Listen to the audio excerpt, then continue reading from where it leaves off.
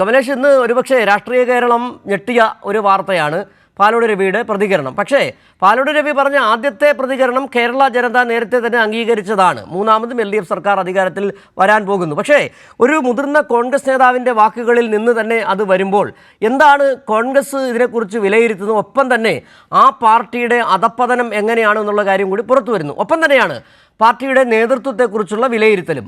ആ നിലവിലുള്ള നേതൃത്വത്തെ വെച്ച് ഈ കോൺഗ്രസിന് മുന്നോട്ട് പോകാനാകില്ല, അത് നിലംപരിശാകുന്ന ഒരു പാർട്ടിയായി മാറുന്നുവെന്ന് പറയുകയും ചെയ്യുന്നു പാലോട് രവി. എന്തായിരുന്നു പാലോട് രവിയുടെ ഈ സംഭാഷണം, എങ്ങനെയാണ് പുറത്തു വന്നത്? അത് വന്നതിന് പിന്നാലെ കോൺഗ്രസ് നേതാക്കളുടെ ഒരു പ്രതികരണം അടക്കമുള്ള കാര്യങ്ങൾ. കമലേഷ്. സിജു, ആദ്യഘട്ടത്തിൽ ഒരു പ്രാദേശിക നേതാവുമായി കാര്യങ്ങൾ സംസാരിക്കുന്നതിനിടെയാണ് ഇത്തരമൊരു തുറന്നു പറച്ചിൽ DCCയുടെ അധ്യക്ഷനായിട്ടുള്ള തിരുവനന്തപുരം DCCയുടെ അധ്യക്ഷനായിട്ടുള്ള പാലോട് രവിയിൽ നിന്നുണ്ടാകുന്നത്. അദ്ദേഹം വളരെ കൃത്യമായി പറയുന്നത് അടുത്ത തദ്ദേശ തെരഞ്ഞെടുപ്പോടുകൂടി കോൺഗ്രസ് 3-ാം സ്ഥാനത്തേക്ക് പോവുകയാണ്. അതായത് നിലവിലെ സാഹചര്യത്തിലാണ് മുന്നോട്ട് പോകുന്നതെങ്കിൽ കോൺഗ്രസിന് തിരിച്ചു വരാൻ കഴിയുകയില്ല. അതോടൊപ്പം BJP 60ഓളം സീറ്റുകളിൽ കാശ് മുടക്കി വോട്ട് വാങ്ങി അവർ അത്രയും സീറ്റുകൾ മുന്നിലേക്ക് വരും. അതോടുകൂടി കോൺഗ്രസ് 3-ാം സ്ഥാനത്തേക്ക് പോവുകയും തെരഞ്ഞെടുപ്പ് കഴിയുന്നതോടുകൂടി കോൺഗ്രസ് പാർട്ടി എടുക്കാച്ചരക്കായി മാറുകയും ആ പാർട്ടിയുടെ ഗതി എന്ന് പറയുന്നത് അതോ ഗതിയായി തീരുകയും ചെയ്യും എന്നുള്ളതാണ്.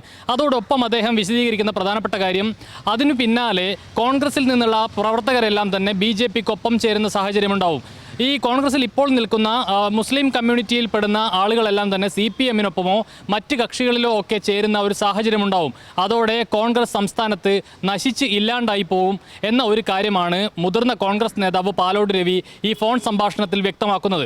ഇതുമായി ബന്ധപ്പെട്ട് പലതരത്തിലുള്ള ചർച്ചകൾ ഉയർന്നു വരുന്ന സാഹചര്യമുണ്ടായി. ഒടുവിൽ ഈ പ്രതികരണത്തോട് അദ്ദേഹം പിന്നീട് മാധ്യമങ്ങളെ വിളിച്ച് ഒരു മറുപ്രതികരണം നൽകുകയും ചെയ്തു. അതിലും അദ്ദേഹം കൃത്യമായി പറയുന്നത് നിലവിലെ കോൺഗ്രസിനകത്തുള്ള ഭിന്നത ഈ ചെറിയ, അതായത് പ്രാദേശിക തലത്തിൽ അടക്കം മുകളിലേക്കുള്ള ഈ ഭിന്നതകൾ മാറി ഒറ്റക്കെട്ടായി കോൺഗ്രസ് മുന്നോട്ട് പോയാൽ മാത്രമേ കോൺഗ്രസിന് രക്ഷയുള്ളൂ, കോൺഗ്രസ് അധികാരത്തിലേക്ക് വരൂ. അത്തരമൊരു കാര്യമാണ് താൻ പ്രവർത്തകരോട് പറയാൻ ഉദ്ദേശിച്ചത്. പ്രവർത്തകർ കൂടുതൽ ജാഗ്രത പാലിക്കണം, ജാഗരൂകരായിരിക്കണം എന്ന ഒരു നിർദ്ദേശം. അത് സ്വാഭാവികമായും ഈ വാർത്ത പുറത്തു വന്നതിന് പിന്നാലെ, സംഭാഷണം പുറത്തു വന്നതിന് പിന്നാലെ പാലോട് രവിക്ക് സ്വാഭാവികമായും താൻ പറഞ്ഞതിനെ ന്യായീകരിച്ച അക്കാര്യത്തിൽ അങ്ങനെയല്ല പറഞ്ഞെന്ന് വരുത്തി തീർക്കേണ്ടതുള്ള ശ്രമമുണ്ട്. പക്ഷേ ഇവിടെ ഉയരുന്ന പ്രധാന പ്രശ്നങ്ങളെന്ന് പറഞ്ഞാൽ തദ്ദേശ തെരഞ്ഞെടുപ്പ് അടുത്തിരിക്കുന്നു, നിയമസഭാ തെരഞ്ഞെടുപ്പ് 2026 വരാൻ പോകുന്നു. കോൺഗ്രസ് പലതരത്തിലുള്ള തന്ത്രങ്ങൾ പ്രയോഗിക്കുകയാണ്. അതിൽ ഏറ്റവും പ്രധാനമായി എടുത്തിരിക്കുന്നത് സംസ്ഥാന സർക്കാരിനെതിരെ, പ്രധാനമായി CPMനെതിരെ, CPM നേതാക്കൾക്കെതിരെ അടക്കം വ്യാജ പ്രചരണങ്ങൾ പടച്ചുവിടുക എന്നുള്ളതാണ്. ചെറിയൊരു വിഷയത്തെ പോലും പർവ്വതീകരിക്കുകയും വലിയ തരത്തിൽ സംഘർഷകലുഷിതമാക്കാൻ ശ്രമിച്ചുകൊണ്ടിരിക്കുന്ന കനകലുവിൻ്റെ തന്ത്രം, അതാണിപ്പോൾ കോൺഗ്രസ് നടപ്പിലാക്കിക്കൊണ്ടിരിക്കുന്നത്. കൃത്യമായ രാഷ്ട്രീയം പറഞ്ഞുകൊണ്ട് മുന്നോട്ട് പോകാൻ കഴിയാത്ത തരത്തിലേക്ക് ആ പാർട്ടിയുടെ പ്രതിസന്ധി അങ്ങനെ കൊണ്ടെത്തിക്കുകയും ചെയ്തിരിക്കുന്നു. ഇവിടെയാണ് പാലോട് രവിയെ പോലുള്ള ഒരു നേതാവിൻ്റെ വാക്കുകൾ വായിച്ചെടുക്കേണ്ടത്. അദ്ദേഹം പറഞ്ഞത് എന്താണ്? അടുത്ത തവണയും LDF തന്നെ അധികാരത്തിൽ വരും, അക്കാര്യത്തിൽ ഉറപ്പാണ്. എങ്ങനെ അധികാരത്തിൽ വരും? കോൺഗ്രസ് എന്ന് പറയുന്ന രാഷ്ട്രീയ പാർട്ടിയിൽ ജനങ്ങൾക്ക് വിശ്വാസമില്ല. മാത്രമല്ല, പരമ്പരാഗതമായി കോൺഗ്രസിൻ്റെ വോട്ട് ബാങ്കുകളായ പല സാമുദായിക ഘടകങ്ങളും പല സമുദായങ്ങളും കോൺഗ്രസിൽ നിന്ന് നഗരം. അതിൽ പ്രധാനമായി പറഞ്ഞതാണ് മുസ്ലിം കമ്മ്യൂണിറ്റി എന്ന് പറയുന്നത് ഇനിയും മാർക്സിസ്റ്റ് പാർട്ടിയുമായി കൂടുതൽ അടുക്കുകയും അവർക്ക് വോട്ട് ചെയ്യുകയും ചെയ്യും.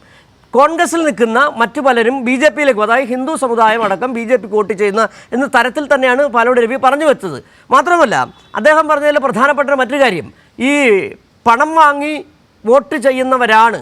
അത് മുൻകാല ചില അനുഭവങ്ങൾ, തൃശ്ശൂരിലെ അടക്കം അനുഭവങ്ങൾ പരിശോധിച്ചാൽ കേരളത്തിൽ ഈ കഴിഞ്ഞ തെരഞ്ഞെടുപ്പുകളിൽ BJPയുടെ ചില വോട്ടുകൾ കോൺഗ്രസിന് കിട്ടിയതും കോൺഗ്രസിൻ്റെ വോട്ടുകൾ BJPക്ക് കിട്ടിയതും പരിശോധിച്ച് കഴിഞ്ഞാൽ ആ ഒരു അന്തർധാരയെക്കുറിച്ചും പാലോട് രവി തുറന്നു പറയുന്നുണ്ട്. ഇതിൽ ഏറ്റവും പ്രധാനമായിട്ട് പറയേണ്ടത്, ഒരുപക്ഷെ രാവിലെ നമ്മൾ ഈ വാർത്ത ചർച്ച ചെയ്യുമ്പോൾ CPM സംസ്ഥാന കമ്മിറ്റി അംഗം അനിൽകുമാർ പറഞ്ഞാണ്, അപകടകരമായ ഒരു സൂചനയാണ് പാലോട് രവിയുടെ വാക്കുകൾ. അതായത് ഭാവിയിലും BJPക്ക് വേണ്ടി പ്രവർത്തിക്കുന്ന ആളുകളെ സമ്മാനിക്കുന്ന ഒരു പാർട്ടിയായി കോൺഗ്രസ് മാറാൻ പോകുന്നു.